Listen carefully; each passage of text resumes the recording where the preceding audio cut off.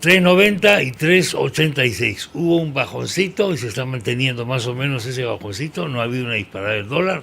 Vamos a hablar con un experto sobre este y otros temas que tienen que ver con la coyuntura económica y lo que nos espera económicamente en el Perú.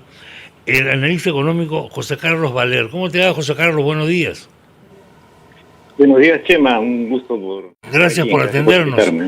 El dólar es el termómetro, pues, de todo, ¿no? De la política, de la filosofía, de la literatura, de la psicología y hasta de la pandemia.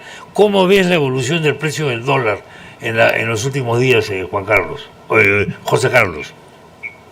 El dólar es interesante, ¿no? Es una medida de qué piensa la gente y qué piensan los extranjeros al mismo tiempo. La gente del Perú y lo que piensan los extranjeros.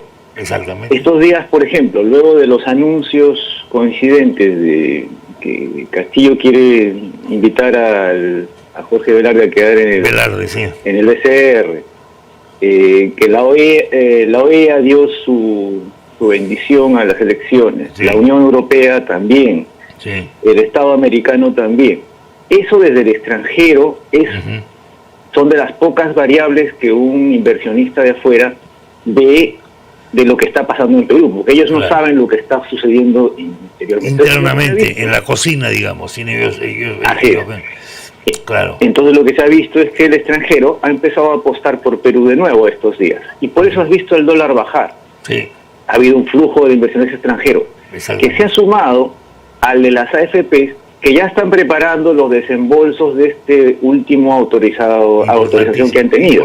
Importante elemento. Entonces están entrando esos dos flujos que se suman al flujo de las exportaciones mineras del cobre, que como sabes están en precios muy altos históricamente, que ha venido defendiendo sin querer y ayudando al Banco Central a que el dólar no se dispare. Claro. Aunque no lo creas, el dólar que vimos en casi 3.40, 3.98, no se ha disparado aún. Eso ha sido un salto que el Banco Central ha controlado un poco en lo que le faltó, y la expectativa de estos anuncios del BCR, de la estabilidad de expropiaciones, de la bendición de las elecciones de los internacionales, hacen que los extranjeros empiecen a apostar por el Perú, por la moneda. Pero ¿qué pasa? El detalle es este, que ellos no son tontos, los gringos no son tontos. Sí, claro. ¿Por qué? Porque esta inversión que entra hoy día, y tú la ves en el dólar bajar, con un clic, hacer un enter en el teclado, también se va. Se va rapidísimo. Tú sabes como economista mejor que yo que el dinero es el invento más cobarde del hombre. Al menor estornudo, huye, se va, agarra su moto y se va a otro sitio. No pensemos que somos el ombligo del mundo. Está bien que lo hayan querido Manco Cápac y Mama Hoyo después de surfear en el lago Titicaca, pero nosotros no debemos creer eso, ¿no? No. Pero hay un detalle ahí, que si bien estos flujos entran y te mueven el dólar, como en este caso entró, por ejemplo, hoy día ya empezó a subir, otra vez ya está regresando al nivel de hace 3 días. O sea, ya está, si tú lo ves, en la mañana amaneció temprano a 3.86, ya está en 3.87, ahorita está en 3.89 casi, de nuevo. Entonces lo que hemos visto, la bajadita se está empezando a ir. Pero para el peruano, ¿qué es importante ver aquí? Si bien el dólar te abre esta ventana que baja un poquito, lo que nos debe preocupar es que como esas inversiones, como tú has dicho, se entran y salen con 2 clics en la laptop, las inversiones que importan son las inversiones de largo plazo, y esas sí se están saliendo. Pues hace poco hemos visto en los periódicos ver cómo 10.000 millones de dólares han salido hacia el exterior. Eso es terrible. De gente que tenía ahorrado en fondos mutuos aquí o en depósitos y las han sacado al exterior. Luego ves a las empresas reduciendo el capital accionario, por ejemplo el caso de Prima FP. Ves, por ejemplo, que todos están empezando a incrementar su ratio de dividendos. ¿Cuánto paga la empresa a sus accionistas? Todo eso es una desinversión. Es decir, que mientras el dólar pueda subir o pueda bajar estos días, la que en realidad nos importa es esa inversión que se va, porque me dicen mis amigos, no, pero yo no tengo dólares. O yo no uso dólares, a mí que me importa que el dólar se mueva, o la gente se lleve sus dólares afuera. Sí te tiene que importar, porque esa inversión que se está yendo son empleos. Son empleos. Son campañas claro, que ya no se van a hacer, proyectos que ya no se van a implementar, mercancía que ya no se va a comprar para la venta. Entonces tú ves en gestión, en los periódicos estos de todos los días, y lo que yo veo constantemente es se paraliza la inversión. Sí. Subasta declarada desierta. El gobierno no puede subastar el ferrocarril Huancavelica y lo ves que se repite y se repite constantemente. Entonces quiere decir que la gente dice, ya bueno, como ya anunciaron el futuro gobierno que todo va a estar tranquilo y el dólar ya regresó, ya estamos bien. No, porque las inversiones que nos importan se siguen yendo. Y eso es lo que estamos viendo en el mercado. ¿En qué puede influir, aunque puede ser un poco más sofisticado, el tema que ha declarado ayer muy claramente el virtual presidente Castillo? Así lo califico porque es inminente su proclamación, no vamos a creer nada, que ha dicho que de todas maneras tiene que irse a la constituyente y que de todas maneras hay que hacer una nueva constitución, sabiendo que la madre del cordero de esta y cualquier constitución es, aparte de los derechos sociales, individuales, etcétera, el régimen económico. ¿Cuánto puede influir una declaración de este tipo?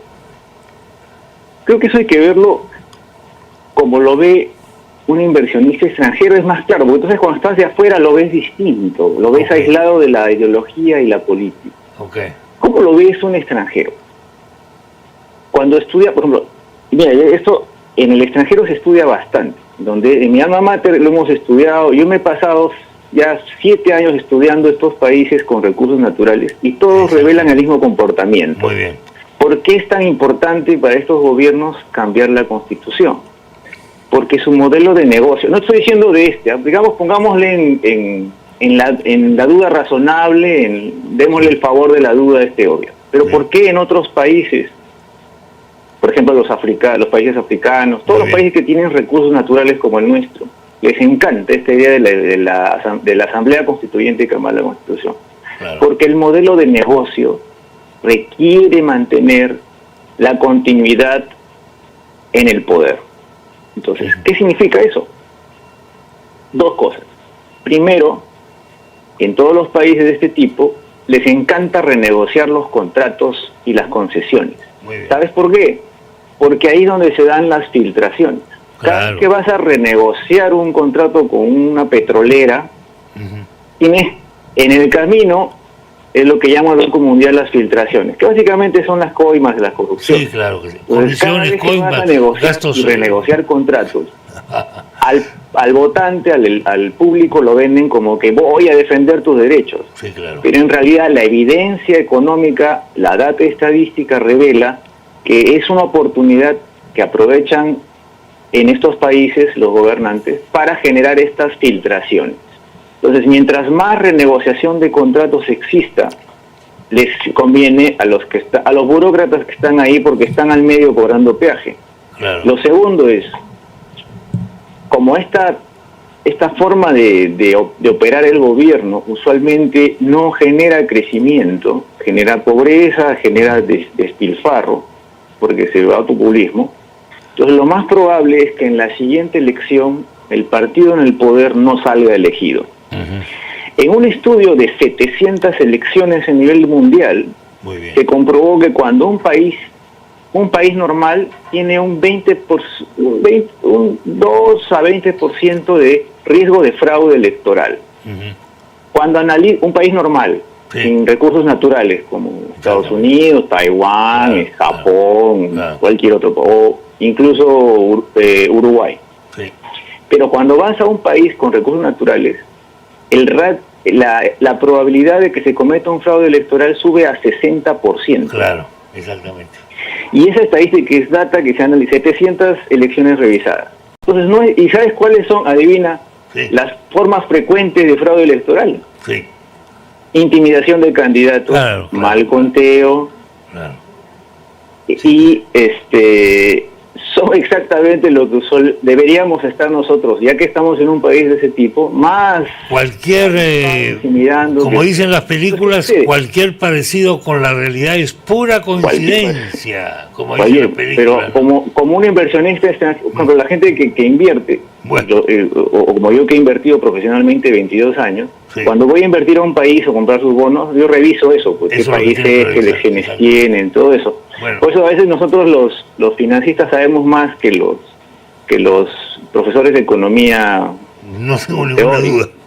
Bueno, Y José para cerrar Carlos. la idea, para cerrar la idea. Ya, sí, Claro, como la elección, uy, ¿por qué las elecciones son fraudulentas? ¿Por qué se sube esta probabilidad de que sean fraudulentas? ¿Por qué? Porque como usualmente el gobierno está ahí para generar filtraciones o Claro. estas coimas por corrupción, lo más probable es que no salga elegido. sí. La elección es probable que se le vaya en contra en la siguiente elección. Entonces, ¿qué hacen? Manipulan las elecciones o Hay que asegurarse. cambian la constitución Claro. para que es otra forma más directa de permanecer en el poder. Reelecciones, a la voluntad del reelecciones pueblo. indefinidas, etcétera, etcétera, y con esa legislación que hace que el Estado sea prácticamente el dueño. Por ejemplo, si yo en el jardín de mi casa encuentro petróleo, yo no soy dueño del petróleo. ¿No es verdad? Claro. Entonces, Entonces, tiene que venir un burócrata a administrar el petróleo que yo encontré en el jardín de mi casa. Bueno, lamentablemente, así estamos. en estos países Así estamos. la probabilidad sube de esa forma. Sí. Mira, mi doctorado lo va a hacer en esta cosa. Bueno, Y lo que ve el inversionista ahora es, ya, ¿quieres cambiar la constitución? Ya, pues voy a mi libro eso ya es Yala, ¿no? O sea, ya marcas, ya estos puede hacer que sean los primeros en buscar defender al pueblo y negociar sí, mejores sí. contratos. Bueno, Pero todos la sabemos evidencia hablar, pues, de internacional esas cosas, muestra ¿no? que no. Bueno, Entonces, para de nosotros acuerdo. es normal ver este tipo de políticas porque el Muy modelo de interesante. negocio que plantean estos gobiernos es así, ¿no? De acuerdo, José Carlos, volveremos a conversar. Ha sido muy Perfecto, amable. muchas gracias. Ha sido muy amable, muchas gracias. José Carlos Valer, interesantísimo esto último, ¿no? Este estudio de casos, este estudio de países. A veces la riqueza natural es una desgracia, ¿no? Preferible es no tener riquezas naturales para que nuestra riqueza natural sea el cerebro y la ética. Eso sería muy importante. Estos pequeños países que tanto admiramos, por ejemplo Singapur, no sé si los que están diciendo que lo que queremos es copiar acá el modelo de Singapur, tienen la más pálida idea de cómo se ha hecho Singapur. No sé si tengan la más pálida idea o han escuchado la palabra o un día tomaron un vuelo de Singapore Airways o something like that. Bueno, no tiene pues recursos naturales, esa es una bendición. Taiwán no tiene recursos naturales, otra bendición. Corea, ¿qué recursos naturales tiene? Los coreanos es su principal recurso natural. Japón, ¿qué minas tiene? Cero. Interesante, ¿no? Y justamente eso es lo que hace menos apetecible esta cosa que llamamos el servicio al pueblo. Efectivamente, creo que estoy hablando demasiado.